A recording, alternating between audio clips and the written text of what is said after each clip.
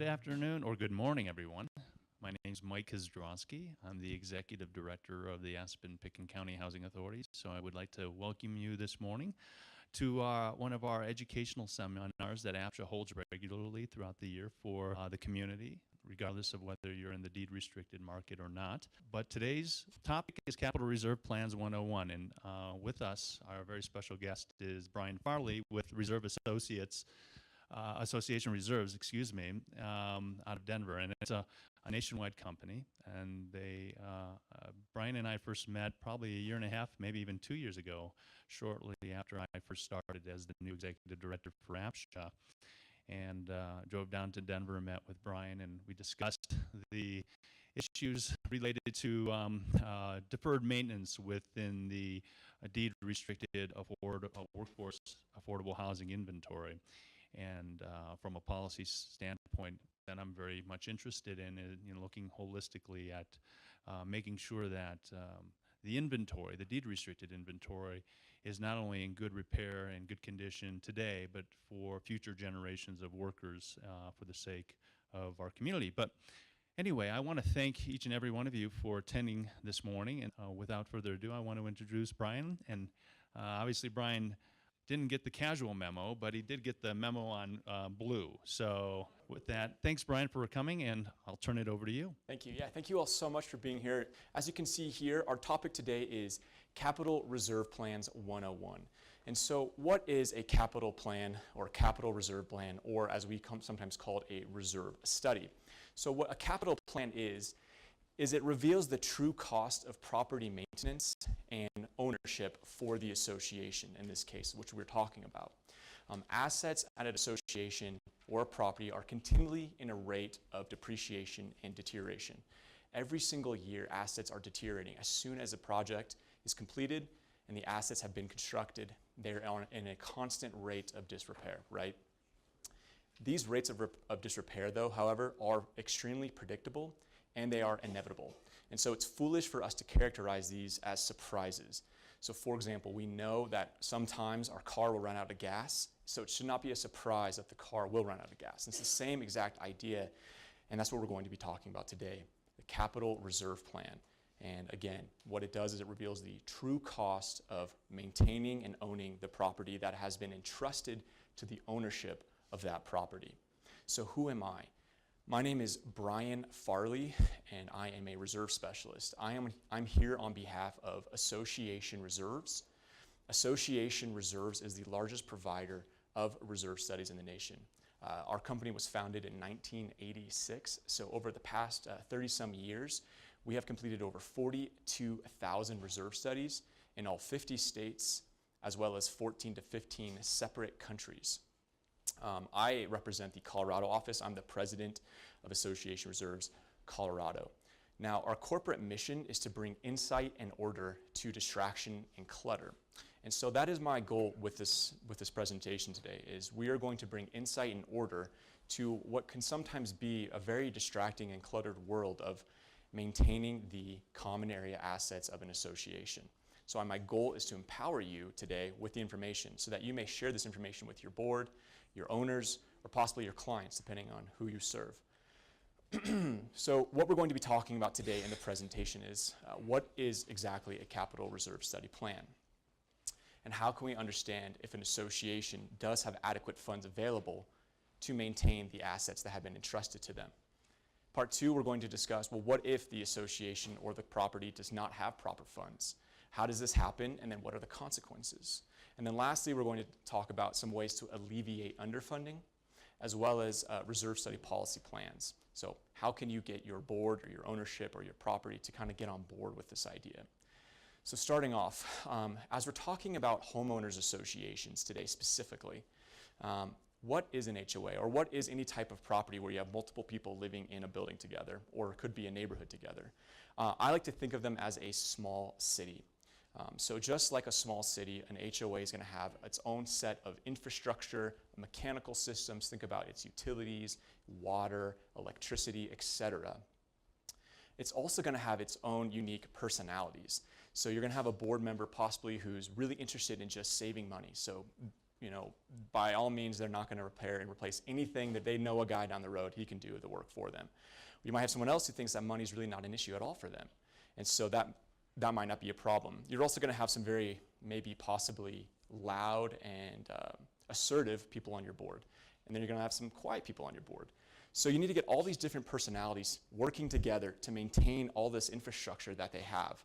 It costs a whole lot of money to maintain, but yet you need to figure out some way to get these people on the same page and guide them, direct them to make the right decisions for the benefit of their property.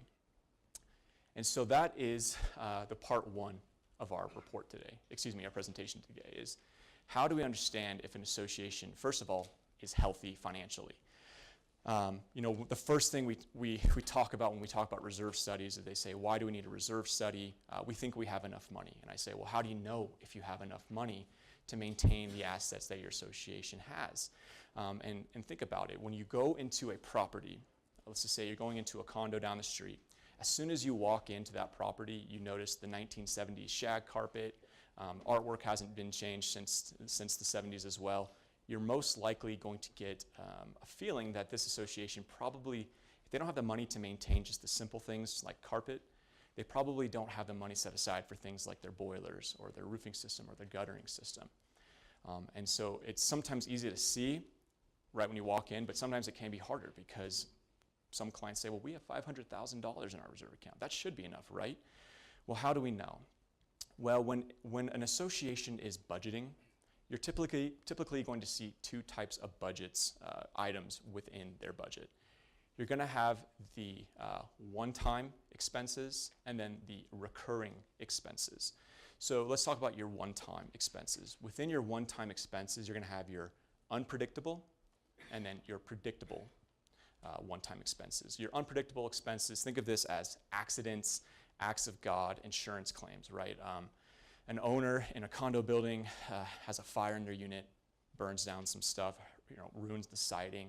That is a one-time event that no one really could predict, and therefore there's no way to plan for it. On the other hand, there are capital improvements. So let's just say there's a board and they say, you know what we really need at our property is a tennis court. And so they say, we're going to gather funds up to build a tennis court. That's really going to benefit our ownership here. That is a one-time expense. There's no expectation to rebuild the tennis court every 10 years. Rather, there's expectations to maintain it every few years. So that is a one-time expense, not to occur again. On the other hand, we have our recurring expenses, and these also fall into two camps. We have our operating expenses and our reserve expenses. Our operating expenses, these are things that typically occur on a day-to-day, week-to-week, month-to-month, and year-to-year.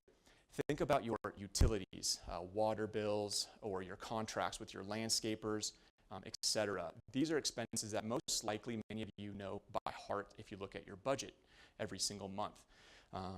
These are very predictable, and you can kind of keep your finger on the pulse as far as what's going on with your association's operating budget. Now, your reserve expenses are just as predictable, but these will occur on a longer time frame. So maybe a roofing expense up here could last about 20 to maybe 25 years. So it is a predictable expense, and it will occur at a certain time frame. However, it's a much longer time frame. And so what do we find with our clients is that they're most likely going to be scrutinizing their operating account line item by line item, making sure they're getting the best deal on their landscaping contract, making sure they're not overpaying on certain services. However, at the same exact time, completely neglecting their longer term expenses, like their roofing expenses. They can name how much they pay per month for their landscaper, probably cannot name how much their roof is deteriorating by per year. And that is normal, right? It's hard for human nature to think long term. So now that we know that most of our clients are, again, looking at things kind of on a day-to-day, and if things happen in the long term, they tend to be more reactive rather than proactive, where do we even begin? Well, that's what a reserve study will help clients understand. It will help them understand what assets do we have to fund for, what are the costs of those projects, and when will they occur, and how much do we need by the time that they do occur. So kind of giving that kind of guidance. Now, reserve study standards were established in 1998. So this will ensure that all reserve studies are done up to a certain standard. National Reserve Study Standards were established in 1998, and again, this ensures that the reserve study you receive is up to standards. And I would recommend that if you do end up getting a reserve study, make sure that it is done per National Reserve Study Standards, as well as completed by a credentialed reserve professional. For example, I am Reserve Specialist number 260. This is a yearly update. I need to submit papers to show that I am doing my job, as well as it took a 3-year apprenticeship in order to receive my credentialing. Again, so make sure, first of all, it's done to National Reserve Study Standards, and that reserve study is done by a professional reserve study specialist. And that way, you'll know that this reserve study will include all the things that it needs to include. And those 3 things that this report will include are as follows. We call these the 3 key results of a reserve study. We have the component listing, the reserve fund strength, and then the funding plan. Now, the component list, as you can see, it's the building block of this entire report. If anything on the component list is incorrect, the rest of the report will be inaccurate. So this is very important. Next, we have the reserve fund strength. This will show us how well a client or an association is keeping pace with the ongoing deterioration of their assets. Lastly, we have the funding plan. This is the recommendation that the reserve specialist will make in order to get the client to where they need to be, depending on the rate of the deterioration and how much deterioration costs that client has. So let's start off with the component list. Now, the component list is based on a visual site inspection as well as research. Now, typically when I go to a property to do a site inspection to establish the component list, I'm going to have a camera, I have my tablet, and I also have my measuring tools. Essentially, what I'm doing is I'm establishing the quality of the assets at the association and the quantity of the assets at the association.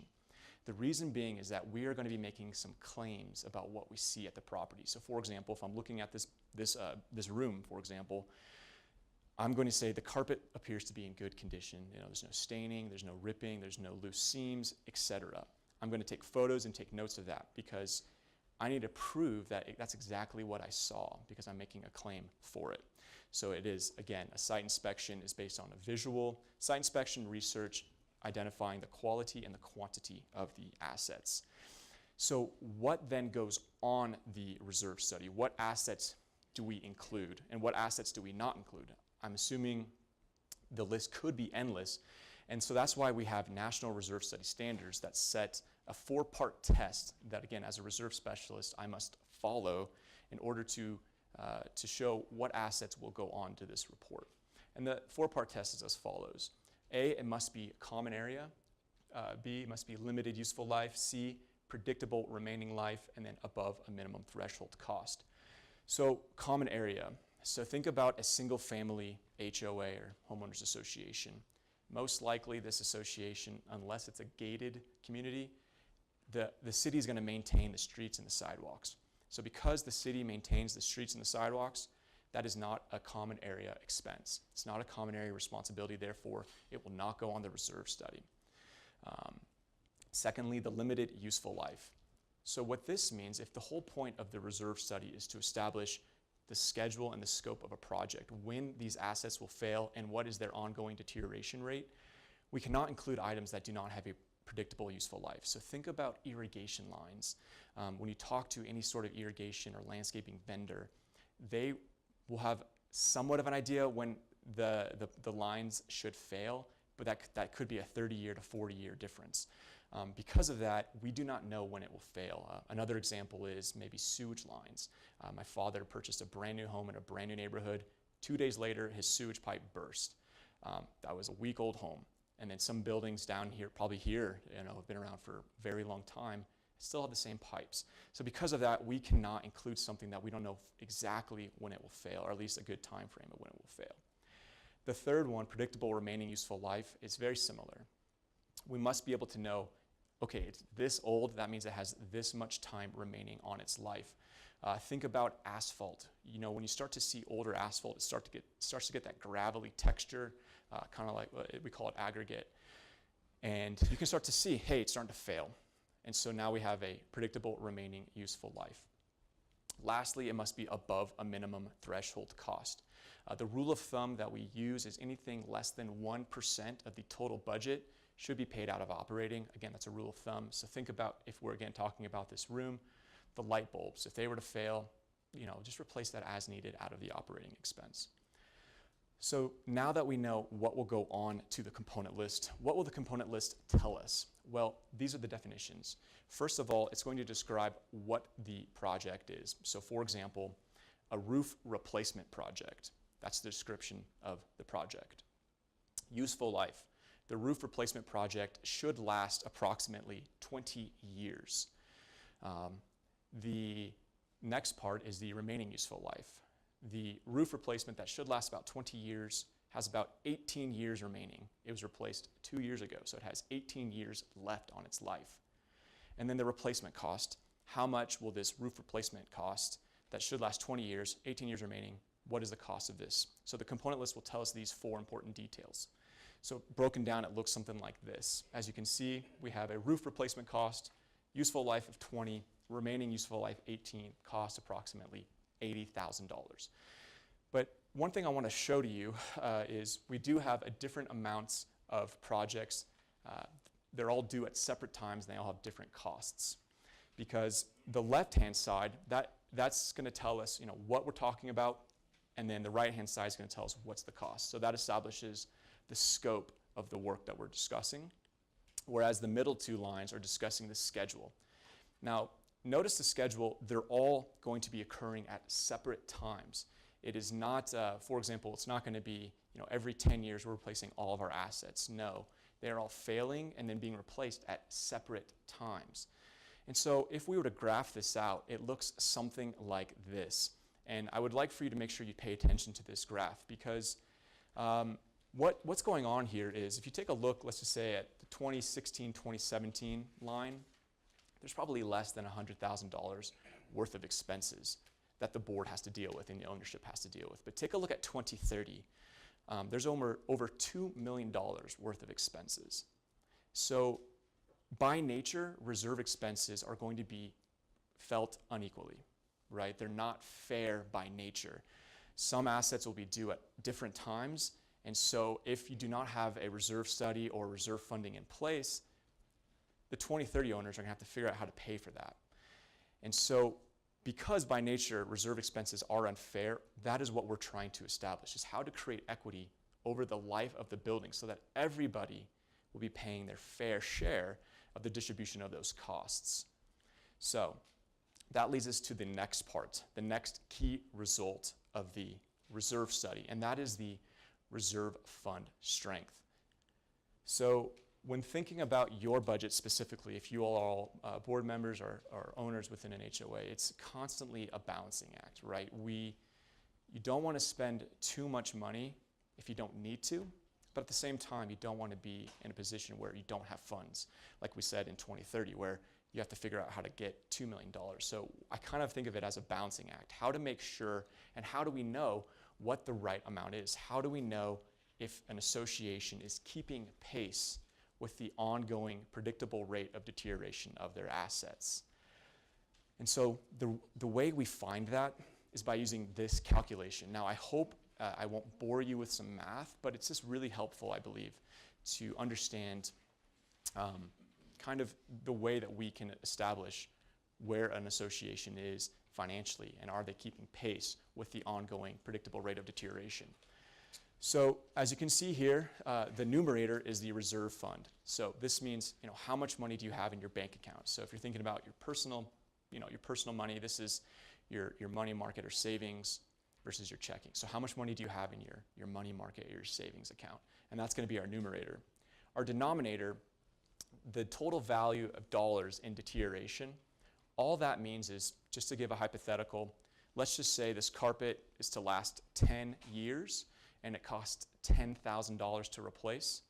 It's deteriorating at a rate of about $1,000 per year, right? So in its first year, you don't need $10,000 if it was replaced last year. You only need 1/10 of that total amount, so $1,000. However, by the end of its life, you're going to need that total $10,000. And so that calculation, which we just did, we add all that up. So let's just say the carpet was brand new, so you only need 1,000, but the roof you need 20,000. So we're going to add up all those costs, and that gives us our denominator, which is our total value of deterioration. So we're going to divide those two numbers together, and that will give us a percentage. Now, the percentage is a very helpful way for us as reserve specialists, as well as you all, to understand, are we doing a good job of keeping pace with the ongoing rate of deterioration? Are we putting sufficient funds away? And do we have money put aside so that we know if we are in a good position or not? And so what does a good position, a poor position, and a fair position look like? Well, it's right here. Typically, we see a good position being 70% and above. Fair is going to be anywhere between 30 and 70, and then poor is anything less than 30% funded. Now, ideally, we would like our clients to be at 100% funded. What that means is that for every dollar of deterioration, there's a dollar being put to offset that ongoing rate of deterioration. So knowing that we want our clients to be at 100% funded, what is the reality of the situation? Well, take a look here. Let me just back up. Knowing that if we want our clients to be at 100% funded, why is that? So what's the point of being 100% funded? What's the benefit to the clients to be 100% funded, or at least be in a good position? And the reason is risk. We would like to make sure our clients are risk-free. So if you take a look here, if a client is at 0 to about 30% funded, the risk of special assessment, deferred maintenance, and cash flow deficiencies is going to be anywhere from almost 60% to 20%. So a very high risk of special assessment and deferred maintenance. Whereas when a client is at 70% and above, that risk level drops to less than 1%. So we really want to make sure that we are encouraging our clients to be in a low risk position, meaning they have sufficient cash available when needed. However, what's the reality? If we want most of our clients to be in a low risk position where they're going to experience a low risk of special assessment and deferred maintenance, what is the reality? Well, unfortunately, the reality is that 70% of association governed communities in the United States are underfunded. And so what does that look like? It looks something like this. It's kind of a normal bell curve. We have a higher distribution in the middle, a lower distribution on the right-hand side, and a little bit lower than the middle on the left-hand side. So mainly we have our clients kind of in that middle to low distribution section. Put another way, it's something like this. 30% of our association governed communities are about 70% funded and above. 40 are in that middle range, and then 30% are severely underfunded. So again, if we know that assets are deteriorating at a very predictable and inevitable rate per year, why do we see this problem where 70% of association governed communities are either severely underfunded or poorly funded? How does this happen? And so there's a few things that we're going to discuss as far as, what are some of the reasons why we see 70% of associations in a position where they do not have adequate funds. Number one is difficulty collecting assessments or dues. We saw this a lot maybe about 10 years ago specifically, but if money is not coming into the association, money cannot then be spent on the projects that should be replaced. And so that's usually the first thing that we try to talk about. And so national delinquency rate is approximately anywhere from 5 to 10%. And so if your association is having trouble receiving funds from the ownership, you may need to be getting creative about how to collect those, or maybe consult an attorney, because this is the first and important, making sure the money's there is very important. Secondly, we call it putting your head in the sand or state of denial. Sometimes we'll hear from clients that, we don't want to get to a reserve study because we've heard it's just going to tell us bad news. Why do we want that bad news? I'm just not going to worry about it. It's much simpler to just forget about it than to actually act upon it. And then they're also surprised, though, 10 years down the line when there's a huge project due. But they'd almost rather be surprised and say, well, who knew that was coming, than be prepared. And so that is another problem we see, is that state of denial, not really wanting to act either out of fear or maybe out of laziness. But again, it's human nature. We all try to not sometimes want to deal with the hard facts. We would recommend that if this is the case with your association, just try to take an honest look of your financial position. Ask the right questions. Try not to be aggressive, but just be honest about, hey, where are you? Maybe we could get someone to look at our property and make some recommendations. Another issue we see, which is very common specifically with homeowners associations, is that we'll see boards ignoring logic and then letting emotions rule. Now, this is very unfortunate. So sometimes when I go to a board meeting every once in a while, there's a board president, he said he ran for the board presidency on not increasing dues, not increasing assessments. So he wants to make sure he keeps that promise. And that's very honorable. However, if there's a project to do, it must be paid for. And so what's occurring there is that board president is saying, I'm just going to let my emotions rule. Even though we have these big projects due, I'm just going to kind of disregard them and just go on my gut feeling. And that's unfortunate because it's never a great, you're not really in a good position when you're making decisions like that. Typically, you're putting just whatever you're feeling at the moment on the line. And we tend to see a lot of issues arise from that. And also board meetings and boards can also get heated sometimes. There's a lot of different personalities, as I said. And so it is very helpful to have a third-party, non-biased expert come in and make those recommendations. That way they can take the heat rather than the other board members. And then lastly, one of the issues that we see is boards not taking responsibility. Now, this could be two ways. One, we will see some members say, well, look, I'm going to be gone in 5 years. I'm not going to live here. I just wanted to buy, and then I'm going to flip it, and so I don't really care. And so what they're doing there is they're saying, I'm not taking responsibility, and I'm not going to pay my fair share. Even though I lived there for 1 year and was able to experience and appreciate the 1 year of the assets that I utilized while I lived there, I'm not going to then pay for it because I think I'm not going to pay for things until they're due. So that's the wrong way of looking at it. Each owner needs to pay their fair share for the time that they lived there. Another thing, too, we see is sometimes, again, there's fear involved with the board not wanting to take responsibility of actually getting a report completed because they're afraid of the results. They're afraid that maybe it's going to say you need to really increase your reserve contributions, or maybe it says you guys are slightly underfunded. And so it's important for them to understand they're protected by the business judgment rule.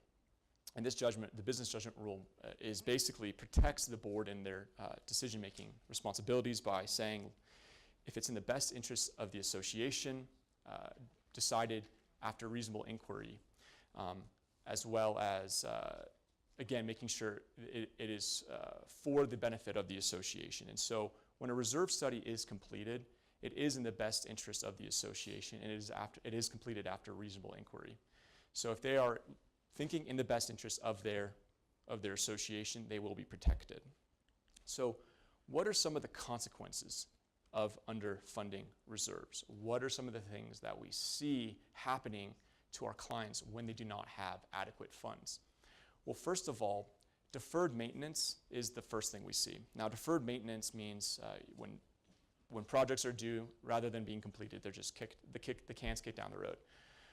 And so what happens is deferred maintenance will actually get more expensive the longer it is deferred.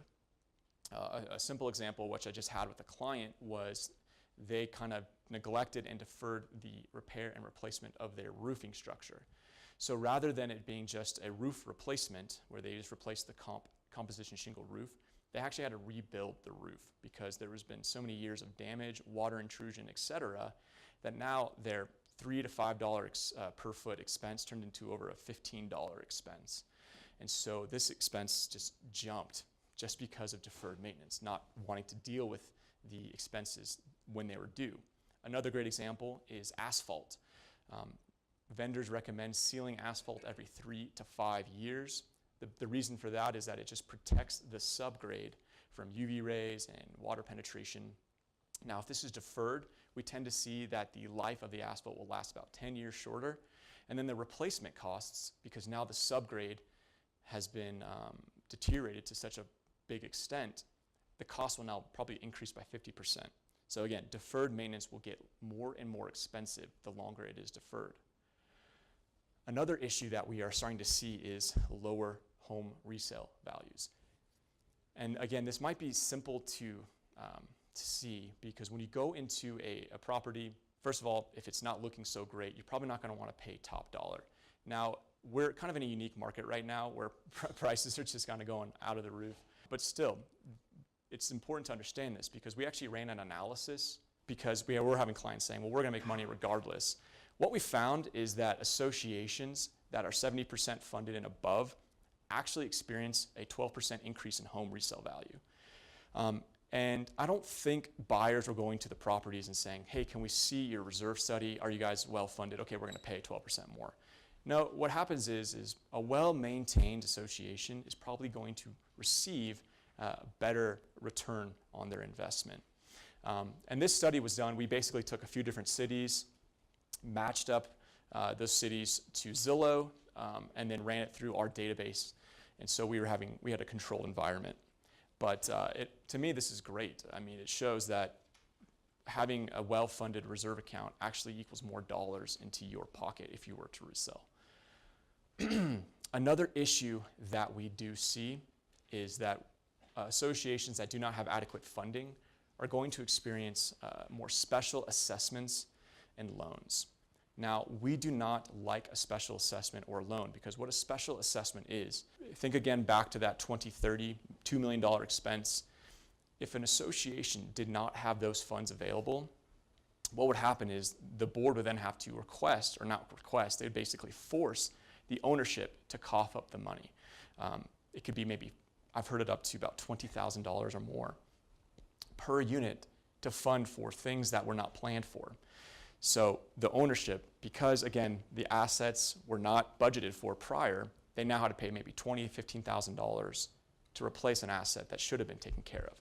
So it's very unfair, and we're not really, we don't like that, because it's unfair to current and future owners. A loan, I'm assuming you all know what that is, but it's taking money from the bank and then paying the bank back in interest for the privilege of borrowing their money. And what this does is this actually hurts future owners, because you're basically passing the buck along to them, saying, okay, we needed the money now, and then someone else is going to have to deal with it. Again, it's unfair to the future owners.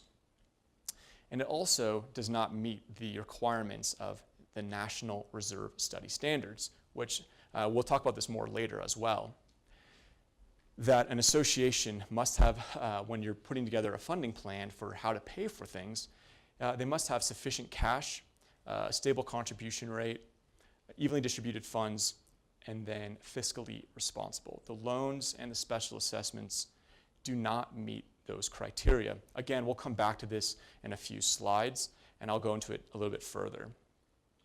Now, if you were to make a choice between funding for replacement of a roof, either through reserve contributions, a special assessment, or a loan, this is kind of what it would look like on a dollar-to-dollar basis. Now, if an association or client is budgeting their reserve contributions 25 years or 20 years prior to when the roof will be replaced, they're actually going to pay less than what the roof is worth, because they are receiving at least nominal interest on their reserve contributions every single year. Right now, you're right, it's kind of laughable right now, but at least it's a little bit of money that they're getting back. And so that money will then work in their favor in the long run. And so they get to actually pay about $20,000 less than what the roof is actually worth, because they've had the bank working for them. A special assessment, if it's a $250,000 roof, that means the ownership is going to have to pay $250,000, right? If they need the money, they're going to get the money. A loan, as you can see, is much more expensive, because they're having to pay somewhere between 6 to 9% on interest. And so it's going to cost quite a bit more. So obviously, we don't like special assessments and loans, just because it's going to cost the ownership more money in the long run. Budgeted reserve contributions will be the least expensive option moving forward. In certain markets, we do see issues with FHA approval, depending on where the association is located. And so FHA requires that an association have certain funds put aside for reserves in order to receive FHA approval. And so why this is important for some associations is that it increases their buying pool, because FHA, some new buyers will get better rates, for example. And so the more buyers that can come into this association to possibly buy a unit, the higher the prices usually are. And so if an association does not have adequate funding, they may not receive FHA approval. And FHA requires that 10% of the budget go into reserves. That is their requirement. However, we find that about 15 to 40% of the total budget should go into reserves. So that's a big, big number. And the reason why is because we have different types of properties. A single family home property, maybe they just have a monument and an irrigation controller. Whereas maybe a fractional or a timeshare, they're going to have chillers, cooling towers, boiler systems, snow melts, pool and a spa, saunas, steam rooms, the list goes on and on and on. And so they need much more money put aside for those types of expenses. But on average, about 25% is what we see successful associations putting away for their reserves from their total operating budget. Another issue that we do see is liability exposure. So let's just say for that $250,000 roofing expense, the association had to special assess. Now there is a certain owner there who cannot afford to pay for that expense. And so what he does is he turns around and says, look, I don't want to be special assessed $15,000.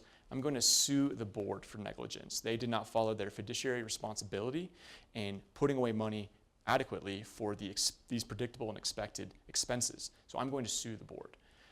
Now, if he wins, the board now has to pay him damages. And so they don't have money to pay him damages. So they now have to do another round of special assessments to pay him damages, as well as on top of that special assessment for that roof. So it's just it spirals out of control. It could possibly be a very bad situation for an association. Now, what to do next? We've kind of talked about the horrors, the potential problems. And so where's the light at the end of the tunnel? And so I want to make sure that we take a look at this quote. I think it rather succinctly describes what we're trying to talk about today. And it says, everything we build will decay, but it may last longer if properly maintained. So here's a puzzling question. If we build facilities that the natural law causes to decay at a fairly predictable rate from birth to burial, why do we not plan for it? That's exactly what we're trying to talk about today. We know that all of these expenses are inevitable, they are predictable, and we know what the costs will be. So why do we not plan for it? So what does the law say about this? So some folks will tell us, well, maybe if Colorado law was more strict, maybe more people will be aware about this. And that could be a good argument. I don't know if that's a good argument or not. But what Colorado Reserve law does say is right here. It essentially says that an association must have a reserve study policy that includes when the association has reserve prepared for what portions of the community, so essentially the common area, that's that first part. Whether there's a funding plan, if there's a funding plan, where's that funding come from, and then whether the reserve study is based on a physical analysis. So basically it's just saying the association has to have a reserve study policy saying if there's a reserve study to be completed or not. So the reserve study policy could say we're not going to have a reserve study completed, or the reserve study policy may say we're going to have one completed. It's a little bit gray, but what I like about it is at least it gets it into the minds of people living in associations that there is something out there, that there's something that they need to be doing in order to protect the value of their assets at their association. And so if your association needs a sample or a template reserve study policy, we have them on our website. That's at reservestudy.com. We have a couple different templates that you can download and utilize from our website if you are in need of a policy. This will be very helpful. And again, the reason why I actually like the idea of just having a policy is it puts it on paper. It gives the board and the ownership understanding as far as, okay, here's what we're going to be doing moving forward. Now, let's talk about the last part, the last key result of a reserve study, and that is the funding plan. Again, one of the reserve study policy laws for Colorado says, what kind of funding plan are you going to have and where's that money going to be coming from? And so this is where the funding plan comes in. Again, the funding plan, this is the recommendation that the reserve specialist will make to the ownership as far as, okay, so here you are, here's your components, here's your component listing, Here's your percent funded based on the ongoing deterioration of your assets. And so then here is where you need to go next. And so that's the funding plan. Again, here's the four funding principles. When a reserve specialist is crafting a funding plan, it must follow these four funding principles: sufficient cash, stable contribution rate, evenly distributed funds, fiscally responsible. As we talked about a special assessment and a loan earlier, it fails all four of these because sufficient cash was not available. Monies were not ready to go when they were needed. So the roof replacement costs were not prepared for. Therefore, monies were not available and special assessments or loans had to be used. Stable contribution rate, again, a loan and a special assessment fail this principle because we're having 1 year of big jumps, or in a loan's case, we're having maybe 10 or 20 years of large increases, and then it goes back down again. It's not stable. It's unfair to the owners that have to experience that. Evenly distributed, making those funds, so if the roof cost is $250,000, making sure that those funds are spread evenly prior to that replacement cost date. And then fiscally responsible, this just means making sure that the money is available. So when we're thinking about these funding principles, we want to make sure that the right amount of money is due at the right time.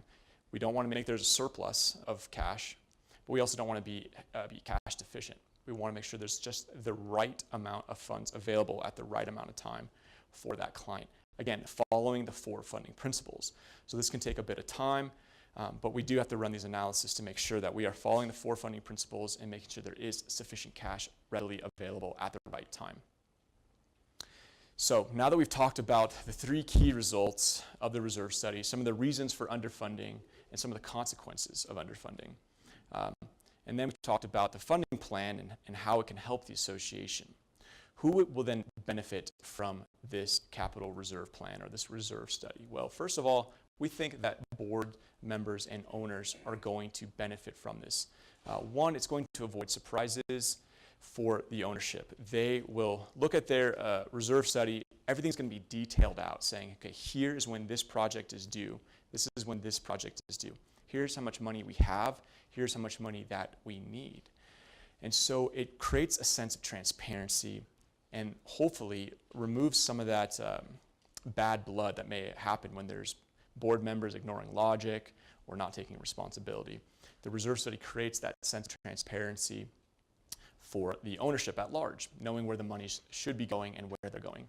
It also saves them money. As we discussed, they will not only save money if they don't have deferred maintenance, they may save money by receiving more cash due to their home sales, also not getting a special assessment or a loan. So it saves money that way.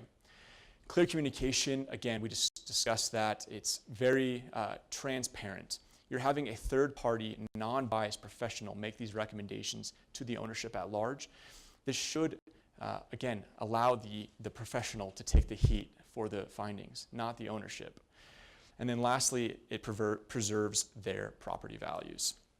We also find that this will benefit new buyers and new homeowners, because think about if you are a brand new buyer, you go and you save up your money, you really wanted to live here, so you saved up your money, you put down the down payment, only to find the next year that you're special assessed $20,000 for something that you had no control over. It's extremely unfair, and you may not be able to live there anymore.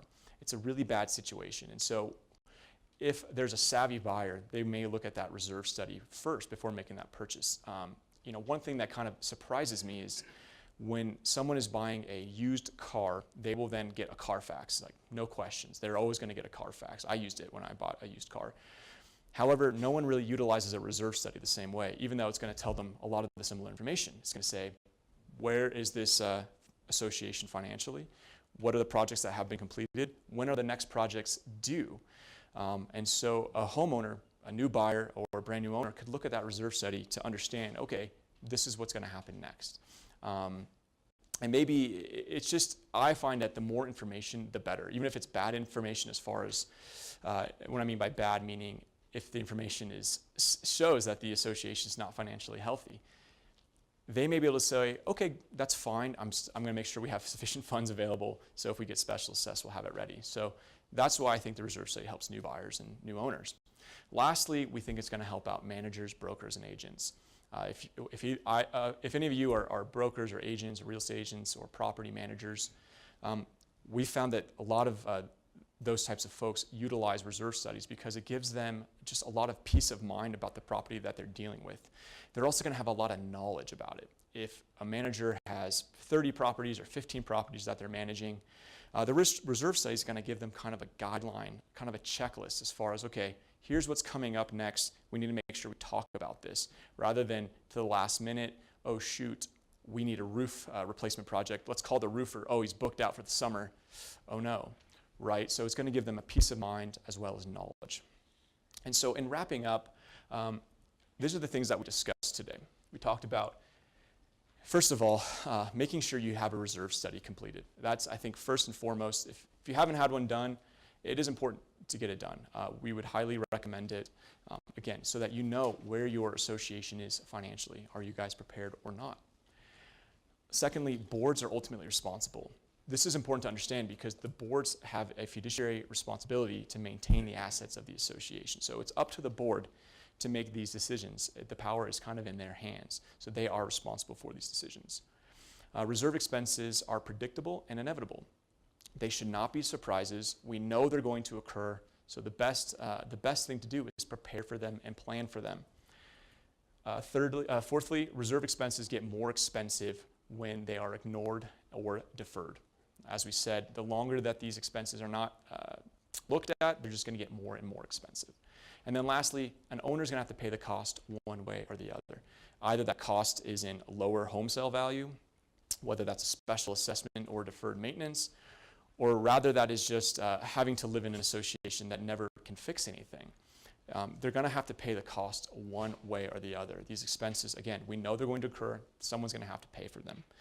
And so when thinking about reserves and thinking about that chart, remember that chart what we showed in 2030, there's about a $2 million expense. It can be very tempting to think about that expense as something that is just going to happen in the future. But we really want to encourage you to try to ignore that temptation and try to fix that temptation, because really what's actually occurring is that $2 million expense is actually deteriorating at a very predictable rate year by year. And so it cannot be described as a surprise or a faraway expense, because it really is building up every single year. And that is kind of how you need to think about these sort of expenses. These are ongoing, predictable, inevitable expenses that should be prepared for. So that is the end of my presentation. We covered quite a bit of information today. We did have printouts provided to you all. I would like to open up the floor to any questions. If you don't want to ask questions publicly, I'm going to be up here for a while as well. And I think, Mike, did you want to? Yeah, thank you, Brian. Perfect. Just a round of applause for Bryan Farley, please. Thank you. Excellent. Good. So we'll open the floor to questions, Q&A for a little bit, since Grassroots is covering this today and we want to broadcast this to the community. I'll go around with the microphone for you to ask your questions. So does anybody have any questions? Yes, sir. Just a couple of quick ones. Yes. You mentioned you don't cover anything outside of the common area, like the public street. And yet, anything up and down Main Street in Aspen has a galvanized pipe connection with the mains that flow up and down the street. Why wouldn't you put that in? Well, specifically regarding mains, that does not meet the 4-part test. So when it comes to sewage lines, like I was referring to, they can fail at very unpredictable rates. And so unfortunately, if a main were to break, and that's very common in most cities, it's an unpredictable event that just has to be paid for, unfortunately. There's no way of predicting that kind of failure rate. Okay, and also, how do you deal with technological obsolescence? Sure. So how do we deal with technological obsolescence? So this is a great example. Projectors, security cameras is a very common thing that we see, or building automation systems. If you all live in a building that has quite a bit of boiler systems that need to all run at a certain time, we do want to recommend that we include the upgrades of that, because we're finding, specifically now, as technology is kind of increasing at a very rapid rate as far as obsolescence goes, for a computer, every 4 years it needs to be replaced. Security cameras can be anywhere from 5 to 10 years. So we do need to understand that that is going to happen and make funds available for that. Yes, sir. Is there a website that would give a long, detailed analysis and breakdown of useful lives of various components? Sure. Are there industry standards at how long XYZ should last? You know, there's a lot, yes. Fannie Mae, Freddie Mac created a spreadsheet like that. I can give you a spreadsheet like that. RS Means is a building construction booklet. They have that as well. So yes, I can provide that to you if you would like. I can talk to you after for that information. So yes, because I would like that. the only problem we see with the Fannie Mae, Freddie Mac one is, if you can imagine, it's a national database. You know, Aspen is in the Roaring Fork Valley is totally different. We have crazy UV rays here, lots of snow, so it's very different. So yeah, I'd be happy to do that for you. Something a little more tailored for this community. Perfect, I'd be happy to do that.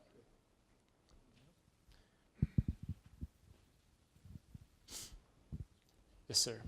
If you have a reserve study, how often should you update it? That's a great question. So what we recommend is that every single time you update your budget, you update your reserve study. So that means a reserve study completed every year. However, we don't recommend a site inspection every year.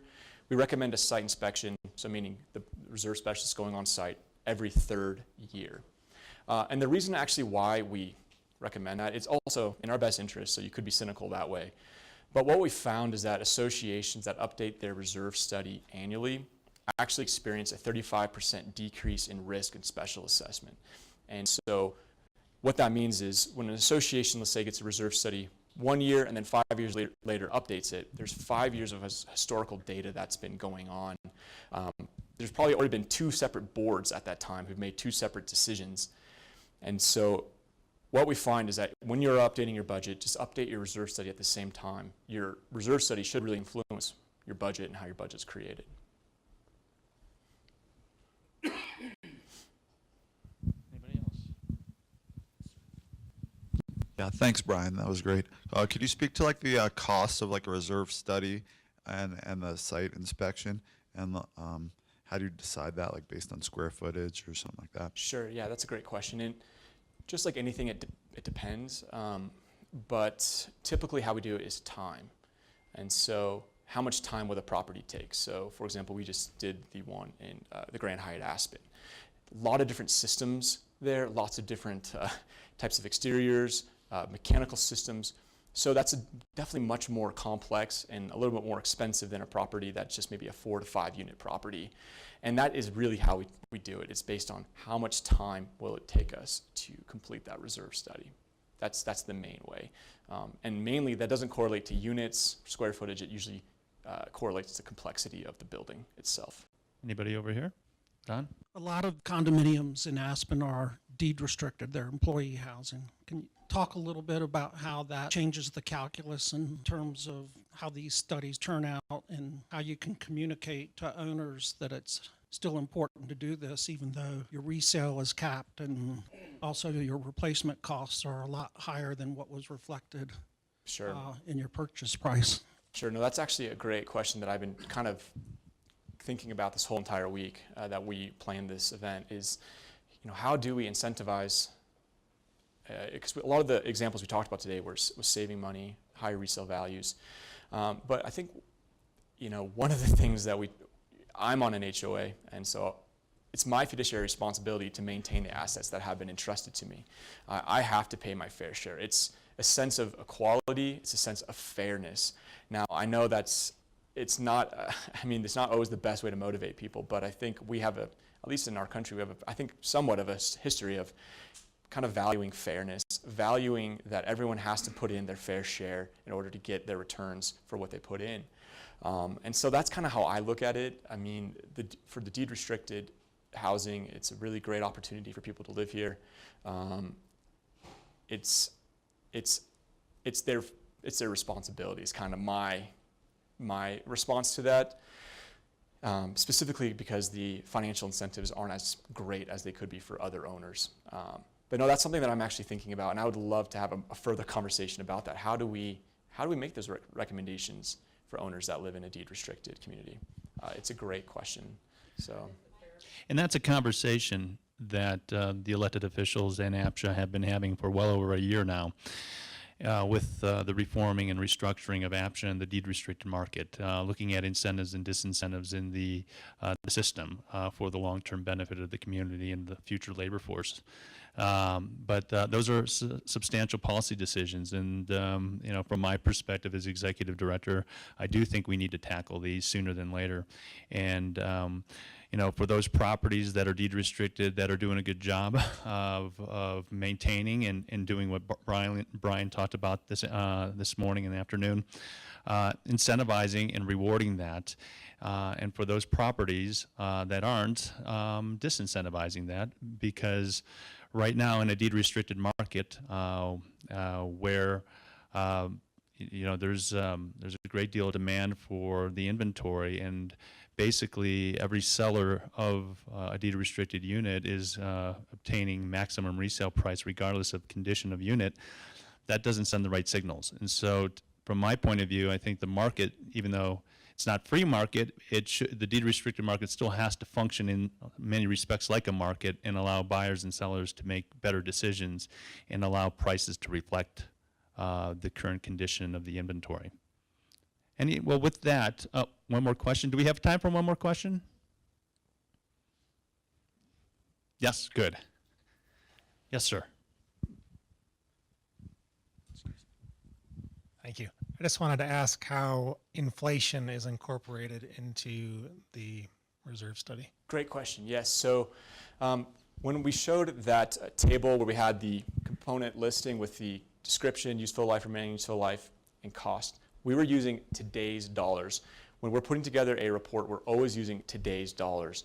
And then during the financial analysis portion, we are including the interest rate that the association is receiving on their investment, as well as inflation rate. So inflation rate actually plays the largest role on the deterioration from a financial standpoint. So because it affects every single asset. Every single asset will be inflating by 3% per year is what we typically say.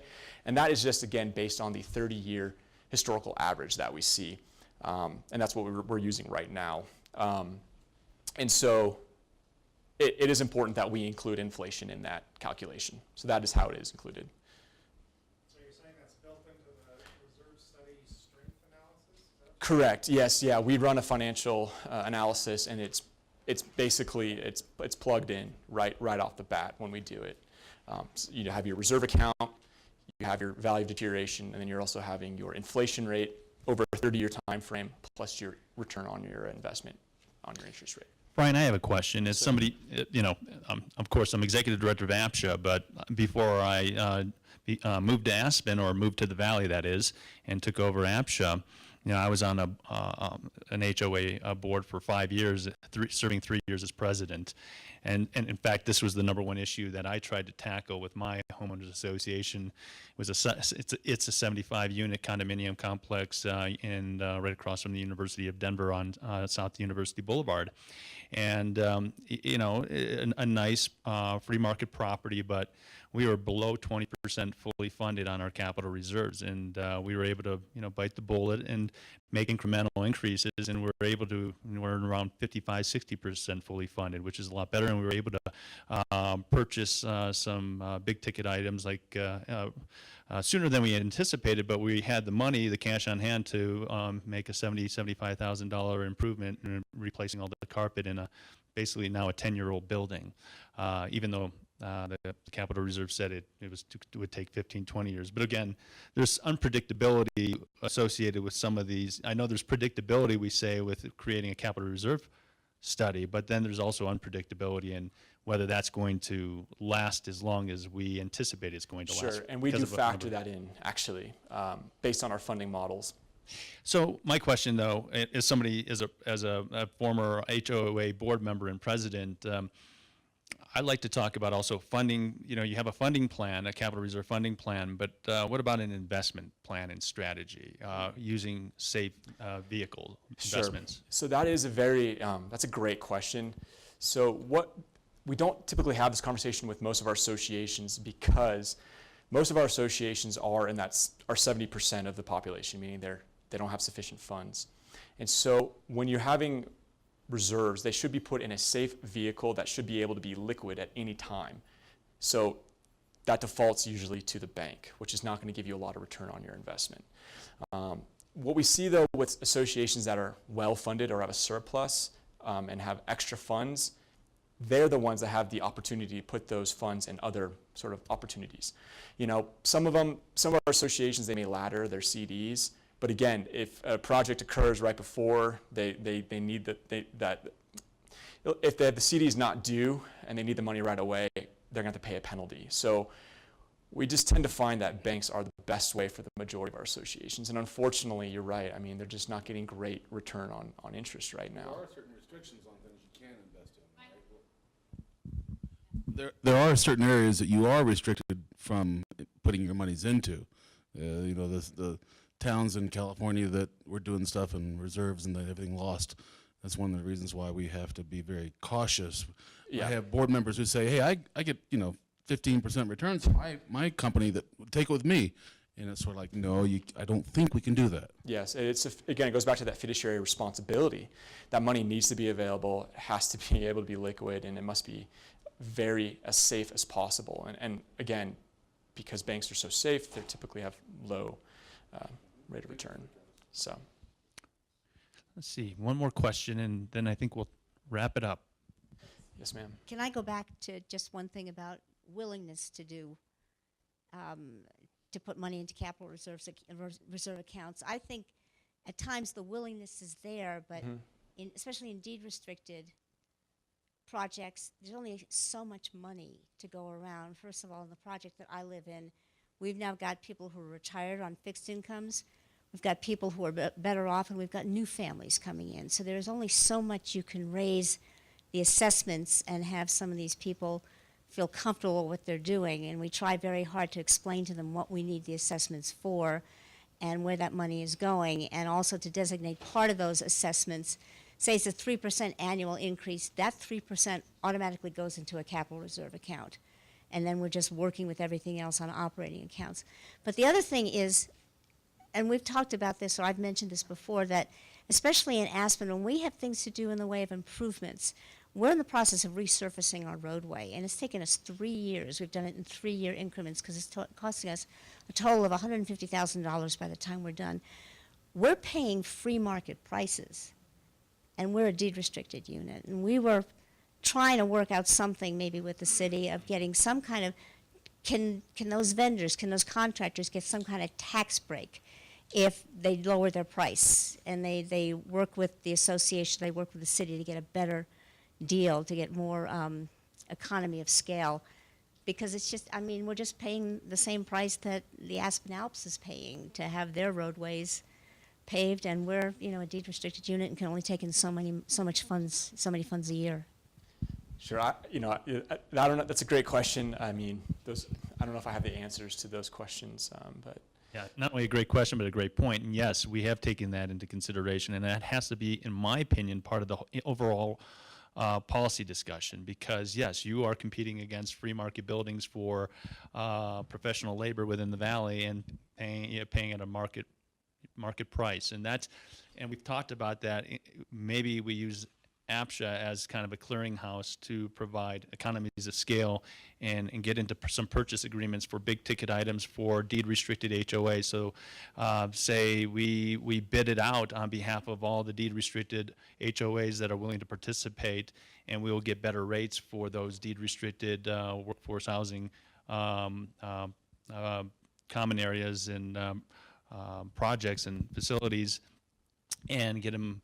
And then we can vet them as well, make sure that they're not only qualified, that they're insured, they're bonded, et cetera, so that that the vendor that we would be recommending or giving you a better discount or better rate will be is legitimate and will provide the work. And there'll be an incentive, I think, also for those vendors, those contractors to bid on that. So it's something we thought about, not just thought about, we'd like to take it to that in that direction. I'd like to see us go in that direction where we could be a clearinghouse for the homeowners associations and allow them to achieve savings and get good quality work and get the contractors to bid on it through a formal RFP, request for proposal process. So that's a good point, and yes, I think your support and the community support for us to take that on at some point as an overall solution towards deferred maintenance within the system would be welcome. Well, with that, I want to thank each and every one of you for coming out today and for the viewing public at home, and then also, again, for Bryan Farley with coming out and speaking to us on capital reserves. Thank you, Bryan. Thank you, guys. Appreciate it.